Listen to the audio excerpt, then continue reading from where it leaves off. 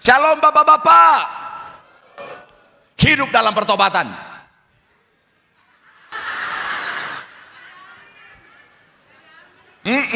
Shalomnya banyak, aminnya dikit. Sekali lagi, shalom bapak-bapak. Hidup dalam pertobatan. Shalom ibu-ibu. Antar anakmu sekolah. Karena kuntilanak ada di mana-mana. Bahkan di sekolah anakmu bisa ada kuntilanak. Kalau dulu kuntilanak pakai baju putih, sekarang pakai baju pink. Hei, shalom ibu-ibu. Hidup dalam pertobatan. Jangan pulang gereja gosip aja, gosip. Baru pulang gereja minyak urapan masih menetes sudah. Dan ketawa bu bertobat. Shalom anak muda. Hidup dalam pertobatan. Jangan baru keluar gereja udah jisamsu, jiwa sampai surga.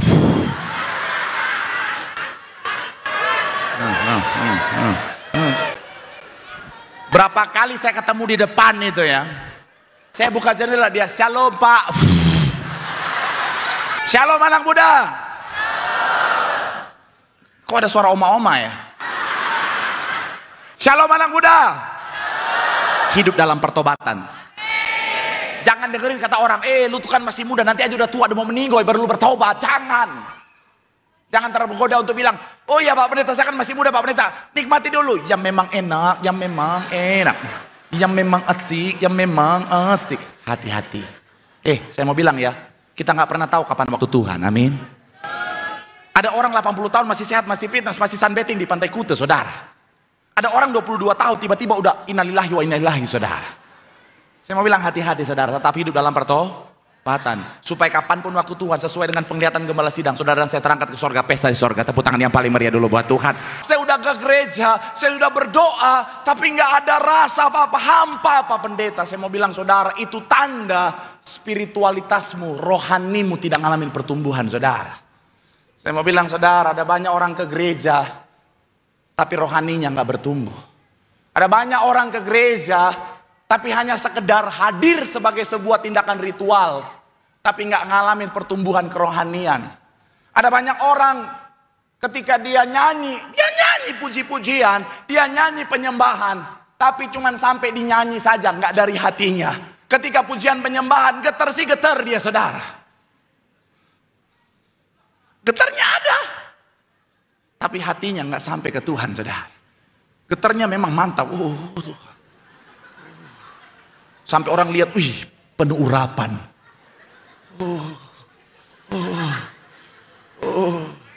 Tapi hatinya nggak ke Tuhan. Hati dan pikirannya makan apa hari ini. Ada banyak orang doa sih doa, tapi mohon maaf doanya cuma sampai di mulut, hatinya nggak ikut berdoa, saudara. Ada banyak orang fokus, doanya sih luar biasa kalau dia berdoa memang. Tuhan, anugerah kebaikan-Mu. Laksana gemuruh ombak di tengah malam. Kebaikan-Mu bagaikan angin di kala senja. Sampai malaikat yang lewat, kiu-kiu. Tapi cuma sampai di mulut, hatinya nggak berdoa. Saya mau bilang saudara, esensi berdoa apa? Ketika hati kita berkomunikasi dengan Tuhan.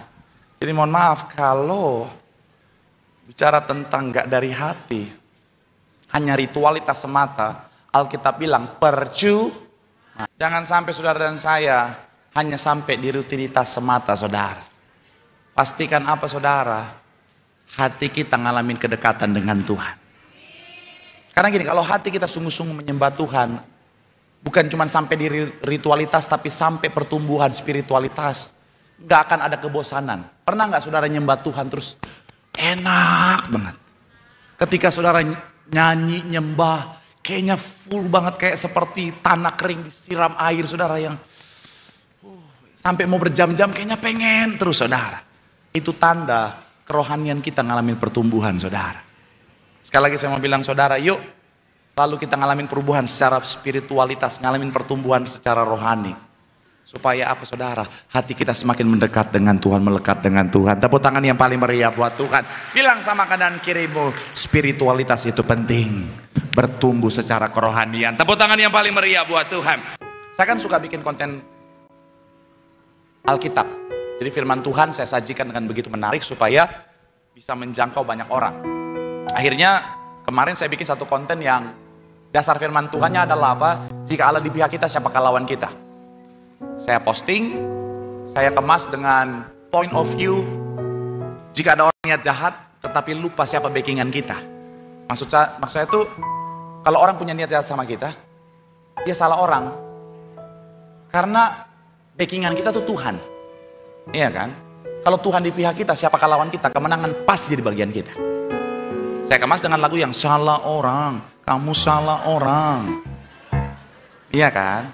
Maksudnya sekali lagi, kalau Tuhan bersama dengan kita, kita pasti akan dimenangkan Tuhan. Tapi ada komen begini, pendeta kok model begini? Oh Tuhan. Tapi saya pastikan itu bukan jemaat kita. Jadi dia komen begitu, tapi kan jemaat Tiberias kan nggak mungkin tinggal diam kan? Apa?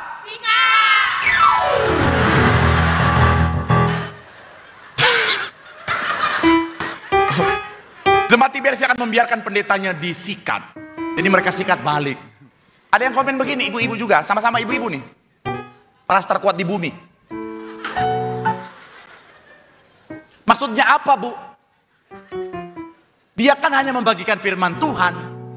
Si ibu-ibu yang komen pertama itu bilang begini, firman Tuhan apa? Kayak kesurupan setan, darah Yesus Tuhan. Dari ketawanya kayaknya salah satunya pelaku di sini ya. Enggak ya? Saya mau bilang sekali lagi saudara, enggak gitu juga saudara. Kita masih hidup di dunia, amin. Jadi motivasi kita, tujuan kita adalah sorga. Jadi ketika kita bekerja, ketika kita berkarya, ketika kita belajar dan lain sebagainya, tetap tujuan kita adalah sorga. Saya percaya begini, tujuan menentukan langkah, betul ya? Saya mau ke Jakarta sama saya mau ke Tambun, langkahnya beda, betul ya? Iya kan? Saya mau ke sorga dan saya mau tetap di dunia, pasti langkahnya berbeda. Ketika orang mau ke sorga, motivasinya sorga. Ketika bisnis gak mungkin aneh-aneh. Ketika bisnis usaha gak mungkin tipu sana tipu sini. Ketika bekerja gak mungkin sikut sana sikut sini. Ketika kerja gak mungkin korupsi sana korupsi sini. Ketika mau naik gak perlu jatuhkan orang. Amin. Tapi iya kan, gak mungkin aneh-aneh saudara. Tetap dalam koridor firman Tuhan. Nah itulah harusnya yang kita ingat. Bukan berarti kita ngawang, tetapi tetap di dunia berkarya, tapi tetap dalam langkah yang benar koridor firman Tuhan. Supaya kapanpun pengangkatan itu terjadi, kita akan menuju pada tujuan kita, itu kerajaan sorga. Tepuk tangan yang paling meriah buat Tuhan. Bilang sama kanan kirimu, tujuan kita sorga. Tepuk tangan yang paling meriah buat Tuhan. Alkitab ini, kalau saya taruh di dalam covernya, yang nampak Alkitabnya atau covernya? Begitu juga ketika kita bilang kita hidup dalam Tuhan, harusnya yang nampak karakter Kristus. Karena ada banyak orang Kristen, sekali lagi saudara, ngakunya Kristen, tapi orang gak lihat Kristus di dalamnya saudara. Ngakunya sih Kristen, atributnya Kristen, salib sana sini. Tapi orang gak lihat Kristus. Memang saya ingat yang di salib itu ada 3 orang. Kristus yang bertobat, satu gak bertobat. Nah dia mewakili yang mana? Yang orang lihat karakter kita, amin. Makanya penting untuk apa kita punya karakter Kristus. Karena sekali lagi karakter inilah yang akan menentukan saudara. Dan karakter inilah tujuan Tuhan. Kita harus punya karakter Kristus. Saya bicara ini saudara, bukan cuma buat saudara, buat diri saya sendiri juga. Karena firman Tuhan itu pedang bermata dua. Saya juga evaluasi. Jangan sampai saya tidak mencerminkan karakter Kristus.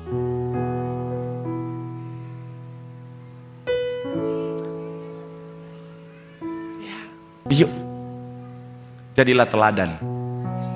Jadilah orang-orang yang mencerminkan karakter Kristus. Supaya apa? Melalui kehidupan setiap kita, banyak jiwa dimenangkan, nama Tuhan dipermuliakan. Tepuk tangan sekali lagi yang paling meriah buat Tuhan. Bilang sama kanan kirimu, milikilah karakter Kristus. Melalui kehidupan kita banyak jiwa dimenangkan bagi kerajaan sorga. Tepuk tangan yang paling meriah buat Tuhan. Yang diberkati boleh lambaikan tanganmu. Tepuk tangan sorak-sorai yang paling meriah buat Tuhan. Firman Tuhan katakan saudara dan saya, keselamatan sudah Tuhan sediakan bagi setiap kita. Tapi keselamatan harus dikerjakan. Salah satunya adalah dengan cara selalu memperbaiki diri kita, berubah ke arah yang lebih baik. Berubah dalam kehidupan, dalam konteks pertobatan. Berubah di dalam kerohanian kita, semakin melekat dengan Tuhan. Berubah dalam motivasi tujuan hidup kita. Dan berubah dalam karakter. Semakin hari semakin serupa segambar seperti Kristus.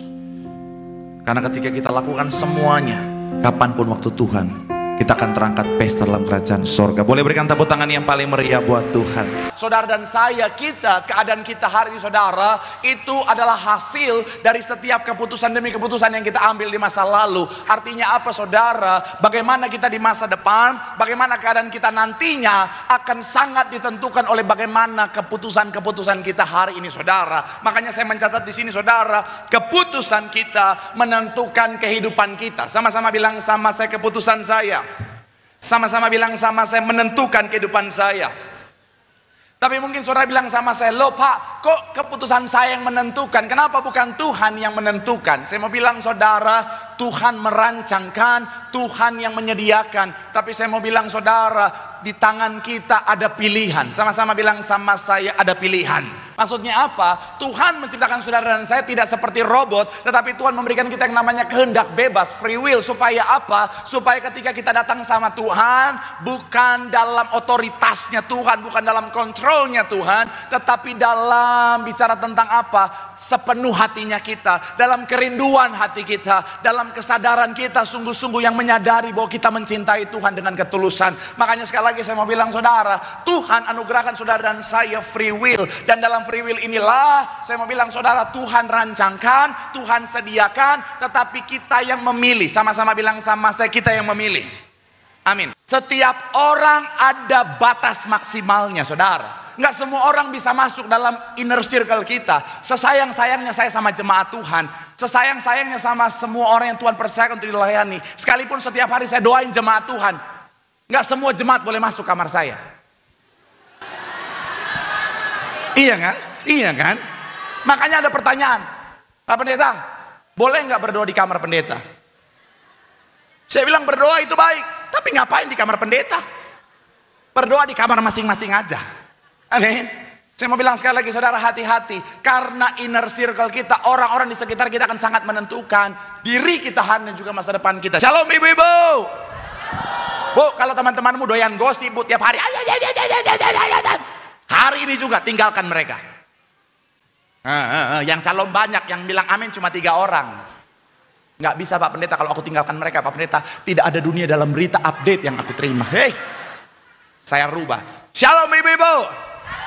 Kalau teman-temanmu doyan gosip, doyan gibah yang tidak berguna, tinggalkan mereka. Betul bapak-bapak? Iya. Shalom bapak-bapak. Kalau teman-temanmu suka ajak-ajak yang aneh-aneh, mabok-mabok, cari kuntilanak, cepat tinggalkan mereka. Betul ibu-ibu? Iya. Shalom ibu-ibu. Kalau teman-teman sosialitamu suka ajak-ajak belanja-belanja, boros-boros, foya-foya, tanpa memikirkan suami yang sudah menderita cari uang, cepat tinggalkan mereka. Betul bapak-bapak? Yeah. Shalom anak muda. Kalau teman-temanmu bilang, ayo.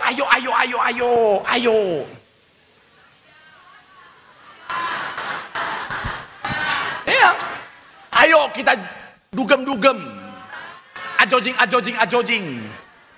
Yang memang enak, yang memang enak, yang memang asik. Bilang sama mereka, salah orang, kamu salah orang. Oh yang ini tahu ya. Iyalah. Tapi saya mau kasih tahu ya. Saudara, dalam pergaulan aja salah pilih teman, hidup kita bisa bahaya. Apalagi sabar.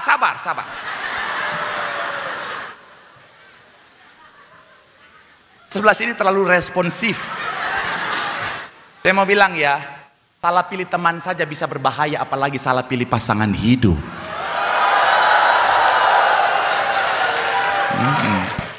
Shalom anak muda. Ingat baik, menikah dengan orang yang salah sama seperti masuk neraka sebelum mati. Betul para orang tua? Tuh, itu korban semua itu.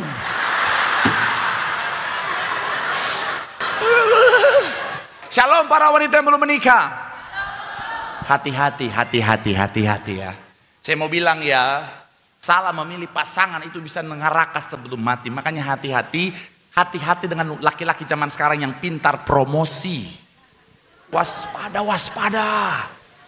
Hati-hati, zaman sekarang laki-laki kalau masih masa promosi, ketika dijemput di rumah dia bukain pintu. Mau naik ya dia gendong nih.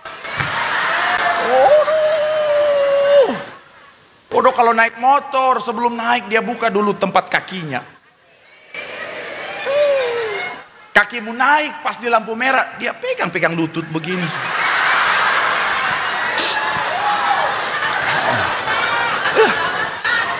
Saya suka lihat di lampu merah ada banyak muda-mudi naik motor. Ketika berhenti lampu merah, entah kenapa si tangan yang naik motor si cowoknya akan pegang lutut si ceweknya. Apa esensi dari semua itu, saudara? Dia pegang. Saya lihat apaan nih? Saya pengen buka jalan dan bilang, lutut saya juga dong.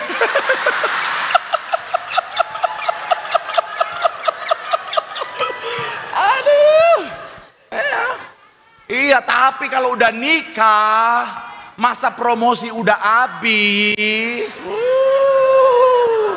Jangankan bukain pintu. Kadang-kadang jalan bersama ke mall, pas pulang sendirian ketinggalan di mall istrinya, saudara. Naik motor, jangankan bukain tempat kaki, kepleset, plak, begitu jatuh, saudara. Yang diangkat motor duluan. Istrinya bilang, "Pak, tolong." Diam kau, udah lunas, ini motor masih kredit.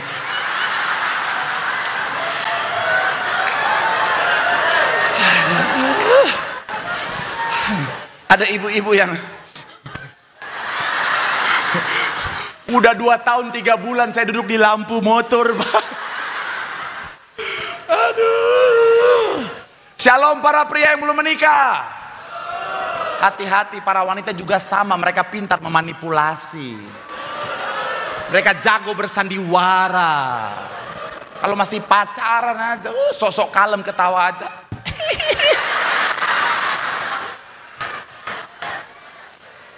Pas udah nikah,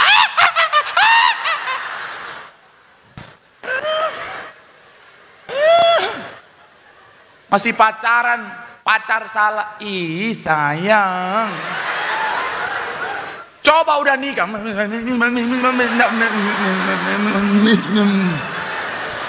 makanya hati-hati. Ada banyak istri-istri zaman sekarang di depan kalem ternyata atlet MMA, saudara.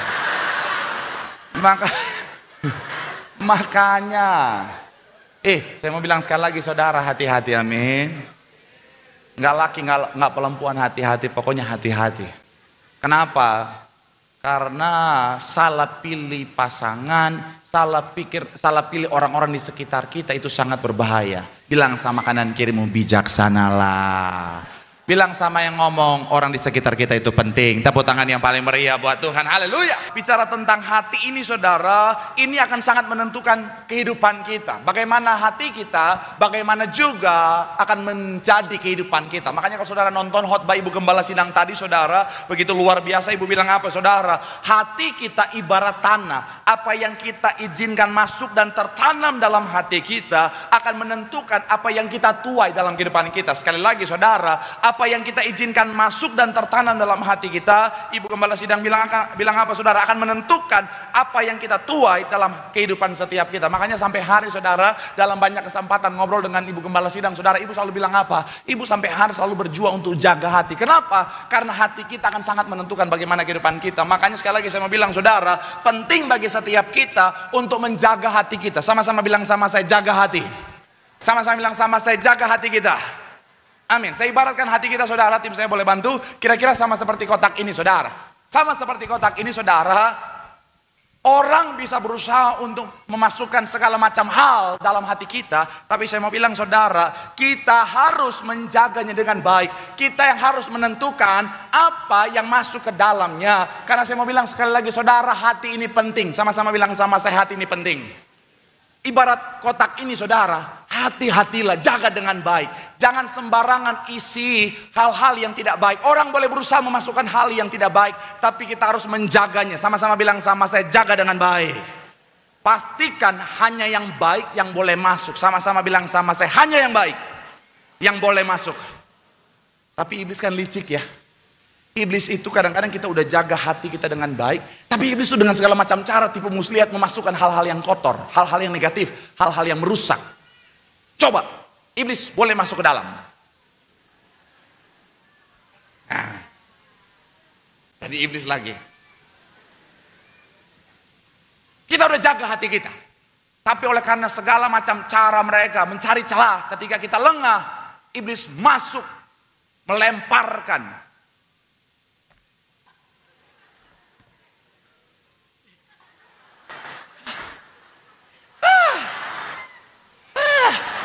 iblis amatir.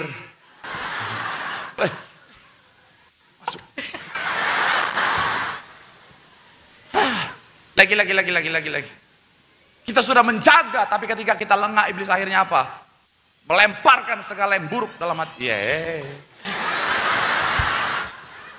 Makanya sekali lagi saudara, keep watch your heart. Perhatikan hatimu. Kalau ada yang kotor langsung dibuang, langsung dibersihkan.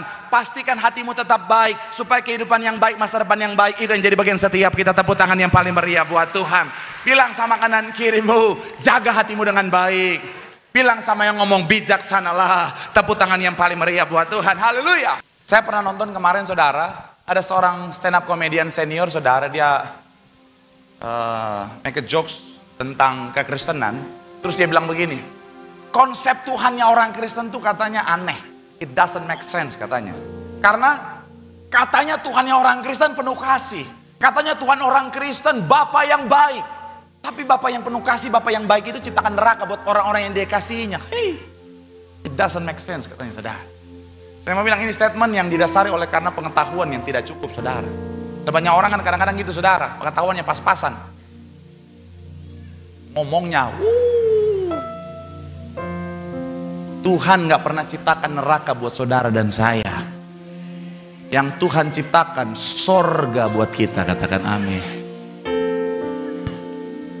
Terus neraka Tuhan ciptakan buat siapa? Itu buat iblis dan malaikat-malaikatnya.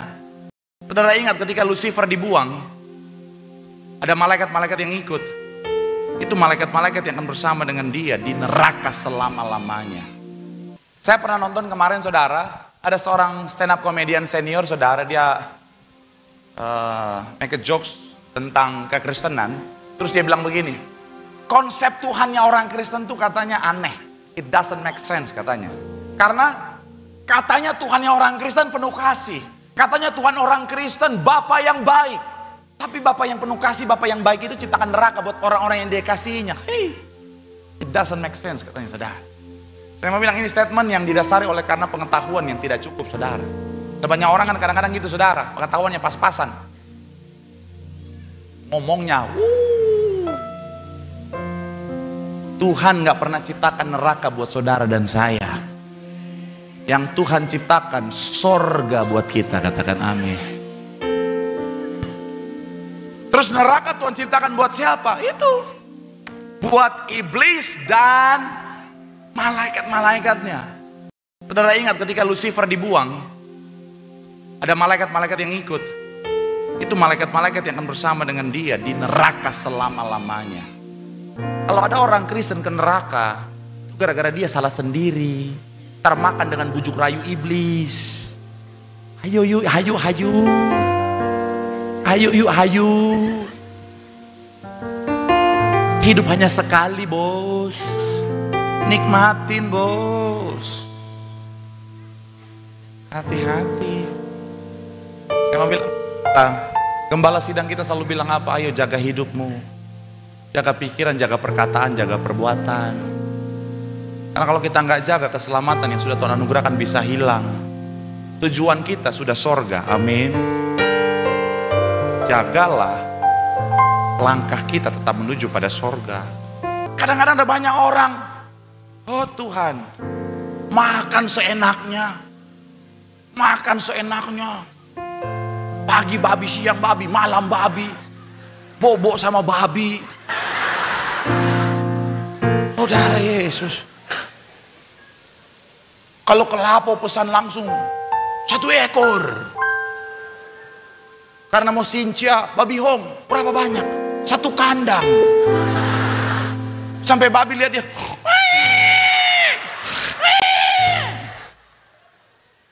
Ketika sakit, darah tinggi, kolesterol, Pak Pendeta tolong doa. Iblis ini, iblis ini, iblis. Iblis dari pojok, bukan gue. Dia yang rakus. Iya kan? Ada bapak-bapak selingkuh. Datang pendeta, datang sama pendeta, Pak Pendeta tolong. Ini iblis yang menguasai saya. Iblis bilang enak aja lu. Iblis, gue aja iblis nggak pernah selingkuh bos. Kenapa? Istri gue juga iblis. Sekalipun dihina, sekalipun dipandang sebelah mata, tetap berjalan dalam kebenaran. Karena kita tahu ini hanya sementara, saudara. Ada kehidupan kekal yang Tuhan sediakan bagi setiap kita. Jangan hanya karena kenikmatan sesaat di dunia, kau korbankan kehidupan kekal yang begitu luar biasa. Kalau tadi yang buat yang belum menikah, hati-hati pilih pasangan karena seumur hidup itu lama. Kalau sekarang soal kekekalan, hati-hati memilih tujuan. Karena kekekalan itu selama-lamanya, saudara. Doa saya, saudara dan saya bijaksana memilih tujuan, dan kita setia pada langkah kita yang menuju pada kehidupan kekal, supaya sama seperti penglihatan buat gembala sidang kita. Saudara dan saya lautan manusia berjubakan kekudusan dalam kerajaan sorga. Tepuk tangan yang paling meriah buat Tuhan. Bilang sama kanan kirimu, bijaksana memilih tujuan. Tujuan kita adalah sorga, kekekalan untuk selama-lamanya. Tepuk tangan yang paling meriah buat Tuhan. Firman Tuhan mengingatkan setiap kita bahwa Tuhan sudah menyediakan yang terbaik. Tuhan sudah merancangkan segala yang terbaik. Tapi keputusan ada di tangan setiap kita. Mintalah hikmat kepada Tuhan untuk mengambil keputusan tentang siapa yang kita izinkan ada di sekitar kita. Karena orang-orang di sekitar kita akan menentukan kehidupan kita dan masa depan kita. Bijaksanalah dalam menentukan siapa dan apa yang kita izinkan ada dalam hati setiap kita. Karena hati adalah center of life, pusat kehidupan, akan menentukan kehidupan kita. Dan yang terakhir, bijaksanalah dalam mengambil keputusan tentang tujuan akhir kita. Yang Tuhan sediakan adalah sorga. Tentukan tujuan akhir, melangkahlah sesuai dengan tujuan, supaya kapanpun waktu Tuhan, kita akan pesta dalam kehidupan kekal di sorga. Boleh berikan tepuk tangan yang paling meriah buat Tuhan. Angkat tangan. Bagai bintang yang terangi jalan,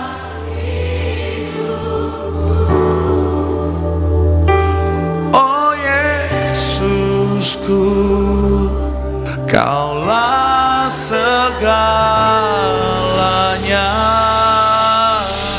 Berikan tepuk tangan yang paling meriah buat. Ada banyak orang Kristen, udah Kristen banget tampilannya, kalung salib, anting salib, tinggal disalib yang belum, saudara. Tapi mohon maaf, masih suka berpikir, oh Pak Pendeta, kayaknya tahun ini adalah tahun yang sulit buat saya. Kayaknya tahun ini peruntungan saya kurang bagus Pak Pendeta, karena tahun ini adalah tahun ular kayu Pak Pendeta. Saya mau bilang saudara, saya akan sedikit keras dalam hal ini. Saya tahu ini mungkin sedikit sensitif, tapi sebagai hamba Tuhan, saya belajar dari gembala sidang. Ya katakan ya, tidak katakan tidak, saudara. Saya sayang sama saudara, saya mau semuanya diberkati Tuhan. Saya mau bilang sekali lagi saudara, tadi siang ketika saya khotbah ini, saudara, ada satu keluarga suami istri langsung keluar, saudara. Karena memang sangat sensitif, tapi saya harus kasih tahu bahwa apa? Berkat kita datangnya dari Tuhan. Berkat kita bukan ditentukan oleh tahun apa ini, bukan ditentukan oleh sio apa kita, tapi ditentukan oleh Tuhan. Katakan amin. Saya mau bilang sekali lagi saudara, orang Kristen tahu sio, it's okay. Saudara dan saya tahu sio, cincai. Saudara dan saya tahu sio, saima itu, saima sudi. Tapi saya mau bilang saudara, jangan pernah berpikir berkat kita ditentukan oleh sio apa kita, zodiak apa kita, tahun apa ini. Karena selalu ada berkat yang Tuhan siapkan buat orang-orang percaya. Yang setuju boleh berikan tepuk tangan yang paling meriah buat Tuhan. Pokoknya masuk tahun yang baru, ubur-ubur ikan lele, selalu ada berkat le. Makanya sekali lagi saya mau bilang saudara, tanamkan dalam hati dan pikiranmu, berkatku bukan ditentukan oleh tahun apa ini, oleh situasi dunia, tapi berkatku ditentukan oleh Tuhan, dan Tuhan selalu menyediakan berkat setiap hari. Katakan amin. Pak Pendeta, tapi katanya Pak Pendeta, peruntungan saya masuk tahun yang baru ini kurang bagus, kayaknya tahun resesi. Saya mau bilang saudara, no, sorga nggak pernah resesi. Dunia boleh resesi, anak Tuhan selalu resepsi. Tepuk tangan yang paling meriah buat Tuhan. Haleluya. Yang jomblo-jomblo sensitif, Pak Pendeta jangan bahas bahasa resepsi. Kenapa? Mantan sudah ke pelaminan, aku masih dalam penantian. Ibu-ibu ngapain ikutan? Bilang sama kanan kirimu, berkat dari Tuhan. Bilang sama yang ngomong, Tuhan selalu menyediakan berkat bagi setiap kita. Tepuk tangan yang paling meriah buat Tuhan. Haleluya. Berkat materi atau kekayaan adalah bagian dari berkat Tuhan. Katakan amin. Jadi jangan berpikir orang Kristen nggak boleh kaya. Ada banyak orang Kristen zaman sekarang salah memahami firman Tuhan. Saya bukan pendeta penganut teologi kemakmuran, tapi saya juga bukan pendeta pendukung teologi penderitaan. Apa itu teologi penderitaan? Teologi penderitaan adalah suatu pemahaman bahwa orang Kristen nggak boleh diberkati, nggak boleh bahagia, harus menderita aja terus. Kalau pendeta ngomong berkat, sesat nih pendeta. Loh, orang-orang penganut teologi penderitaan di mana saudara, pokoknya dalam hidup, dalam pikiran dia, hidup orang Kristen harus menderita terus. Lagu andalan dia, menderita dalam dunia, nanti bahagia di sorga katanya saudara. Tapi kalau saudara ketemu dengan orang penganut teologi penderitaan, jangan dilawan, lemesin aja. Iya. Saya kalau ketemu begitu saya nggak akan lawan, saya akan bilang, amin. Terjadilah seturut dengan imanmu. Kalau memang dia punya iman, dia menderita, ya sudah, terjadilah seturut dengan imanmu. Kalau saya, Tuhan memang mungkin bisa izinkan penderitaan, Tuhan bisa izinkan masalah, tantangan, persoalan, tapi semuanya untuk mendatangkan kebaikan. Tepuk tangan yang paling meriah buat Tuhan. Jadi sekali lagi saya mau bilang saudara, saya bukan penganut teologi penderitaan, saya juga bukan penganut teologi kemakmuran, tapi saya mau bilang saudara, orang Kristen jangan anti berkat saudara. Karena berkat materi salah satu dari apa? Bagian berkat Tuhan yang Tuhan sediakan. Bukan segalanya, tetapi bagian dari berkat Tuhan. Makanya kalau saudara cek tokoh-tokoh dalam Alkitab yang diberkati, salah satu berkat yang mereka terima adalah berkat secara materi atau finansial. Bicara tentang kekayaan, saudara bisa cek tokoh-tokoh dalam Alkitab saudara. Jadi jangan anti berkat. Tapi begini saudara, yang paling penting harus kita pahami begini saudara, tempatkan berkat di posisi yang tepat. Katakan amin. Pak Pendeta, saya pernah baca ada orang kaya nggak masuk surga. Kenapa? Karena dia tidak menempatkan berkat di posisi yang tepat. Dia taruh berkat di hatinya, bukan di tangannya. Berkat tempatkan di tempat yang tepat. Di mana? Di tangan kita saudara. Kenapa? Karena berkat kalau di tangan kita, kita yang berkuasa atasnya. Makanya Ibu Gembala Sidang bilang apa? Berkat kekayaan, uang, itu adalah hamba yang baik tetapi tuan yang jahat. Kalau di tangan kita, kita yang menjadi tuan atasnya, kita bisa lakukan hal yang baik dengan uang itu saudara. Tetapi kalau dia masuk ke hati kita, dia yang menjadi tuan atas kita, itu yang berbahaya. Saudara pernah lihat orang jatuh cinta bertindak bodoh? Saudara pernah lihat orang jatuh cinta otaknya nggak jalan? Sering ya? Pernah lihat atau pernah melakukan? Bodoh, kalau jatuh cinta udah menguasai. Gunung kan ku daki, laut kan ku seberangi. Kiu. Darah Yesus. Itulah, makanya ada banyak orang dia salah menempatkan harta kekayaan berkat materi ke hatinya, dia rela lakukan segalanya. Tinggalkan Tuhan, jahat sama suami, jahat sama istri, anak-anak sampai bawa orang tuanya ke pengadilan gara-gara harta. Saya pernah baca berita, ada suami mohon maaf sampai rela jual istri hanya karena uang, saudara. Tapi yang paling mengerikan, istri jual suami, darah Yesus. Laki-laki macam apa itu, saudara? Saya mau bilang sekali lagi, saudara, hati-hatilah. Tempatkan berkat di tempat yang benar, hanya di tangan kita. Di hati kita tetaplah Tuhan yang pertama dan yang paling utama. Gembala sidang kita selalu bilang apa, saudara? Jaga hati dengan baik. Hati kita tempat Tuhan. Kalau Tuhan yang pertama dan yang paling utama, janji firman Tuhan, segalanya pasti ditambahkan bagi setiap kita. Tepuk tangan yang paling meriah buat Tuhan. Bilang sama kanan kirimu, tempatkan berkat di tempat yang tepat. Bilang sama yang ngomong, di hati hanya Tuhan saja. Segalanya pasti ditambahkan. Tepuk tangan yang paling meriah buat Tuhan. Haleluya. Kita harus jadi saluran berkat. Karena salah satu tujuan Tuhan memberkati kita, supaya kita bisa pakai berkat yang kita terima untuk jadi berkat. Makanya Yusuf ingat itu. Ketika dia diberkati dengan kekayaan, dengan jabatan yang luar biasa, dia bilang begini, untuk memelihara kehidupanlah Allah menempatkan aku dengan kuasa yang luar biasa ini. Kalau diberkati, jangan lupa memberkati. Jangan ketika diberkati pikirannya langsung, aduh, foya-foya, misi-foya, misi-foya, misi-misi foya-foya, ubur-ubur ikan lele, foya-foya le. Hey! Ada banyak orang cuma mau terima. Tapi ketika mau memberkati, oh susahnya minta ampun. Shalom ibu-ibu. Jangan pelit-pelit sama suami. Suami serahkan segalanya. Tapi pas mau keluar, hemat pak hemat. Ma boleh dong beli ini, hemat pak hemat. Ingat susu anak, uang sekolah. Papa pikir nggak susah jadi menteri keuangan dalam rumah tangga. Suaminya tersentuh, iya ya, istriku memang peduli dengan keluarga ini. Tiba-tiba dia ngetok, paket. Shopee COD, Shopee COD. Jangan ketawa bu, tobat. Suami, mending kalau suaminya dibeliin. Dari 10 barang, 10-10-nya buat suami, buat dia sendiri, suaminya dilupakan. Suami pakai baju udah robek-robek. Ma, kaos tidur papa udah robek-robek. Gak apa-apa, itu bagus buat papa. Udah bolong-bolong gimana? Iya, sirkulasi udara. Dia bangun pagi suaminya, aduh.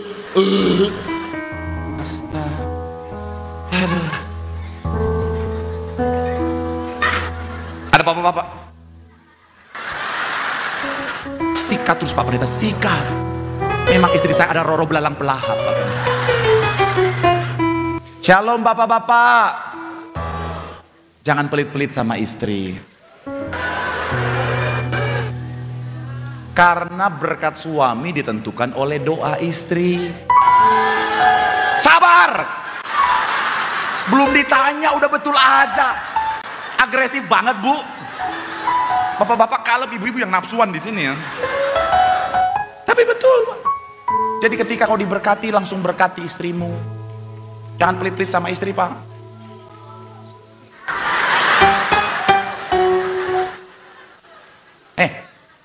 Karena istri adalah lambang kesuksesan laki-laki.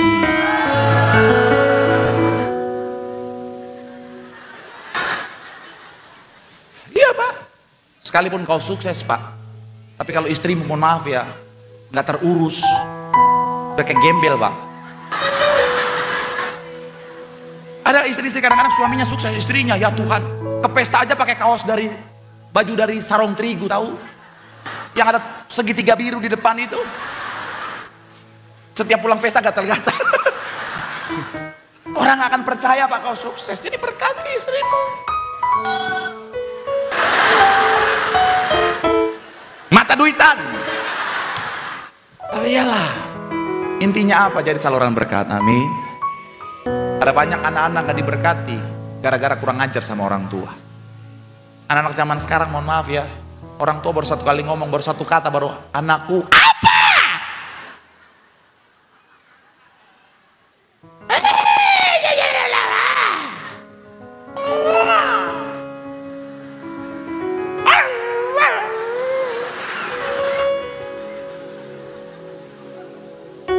Bagaimana mau diberkati? Hormat orang tua, permuliakan orang tuamu selagi masih ada waktu. Jangan nanti orang tua udah nggak ada baru mama mau apapun akan kuberikan. Padahal waktu mamanya masih hidup pelitnya bukan main. Mamaku rindu dengar suaramu. Padahal waktunya mamanya masih hidup, setiap mamanya ngomong, diem, cerewet banget mah. Aku rindu dengar suaramu ma. Padahal setiap mamanya telepon 72 kali miss call nggak diangkat saudara. Aku kangen suaramu ma. Mamanya buka mata, jaga lisan Anda. Saking emosinya mamanya bangkit lagi saudara. Saya sama istri saya sudah bilang begini, orang tua adalah prioritas utama kita. Soal kebahagiaan kita bisa kita tunda, waktu kita masih panjang. Tapi selama kita punya Tuhan masih kasih kesempatan, bahagiakan orang tua, hormati orang tua, sayangi orang tua, berkati orang tua. Supaya nanti ketika Tuhan panggil, nggak ada penyesalan karena kita sudah lakukan yang terbaik. Saya mau bilang saudara, sayangi orang tuamu, hormati orang tuamu, berkati orang tuamu. Supaya lanjut umurmu, gambaran tentang apa? Bahagia, berkat dan panjang umur. Tepuk tangan yang paling meriah buat Tuhan. Bilang sama kanan kirimu, hormat orang tua, sayangi orang tua, kita pasti diberkati Tuhan. Tepuk tangan yang paling meriah, yang diberkati boleh lambaikan tanganmu. Tepuk tangan sorak-sorai yang paling meriah buat Tuhan. Firman Tuhan mengingatkan setiap kita, prinsip firman Tuhan yang harus kita pegang teguh. Yang pertama, ingat baik, berkat yang sejati datangnya dari Tuhan. Yang kedua, tempatkanlah berkat di posisi yang tepat. Berkat biarlah hanya sampai di tanganmu, jangan masuk dalam hatimu. Di hatimu hanya Tuhan yang utama, maka semuanya pasti ditambahkan. Yang ketiga, ingat baik bahwa ketika kita diberkati, jadilah saluran berkat. Dan yang terakhir, kunci diberkati adalah sayang, hormat, permuliakan orang tua. Maka panjang umur, gambaran berkat, kebahagiaan akan dilimpahkan bagi setiap kita. Mari doa buat orang tuamu, berdoa buat anak-anakmu, berdoa buat keluargamu. Biar masuk tahun yang baru, berkat kelimpahan itu yang menjadi bagian setiap kita.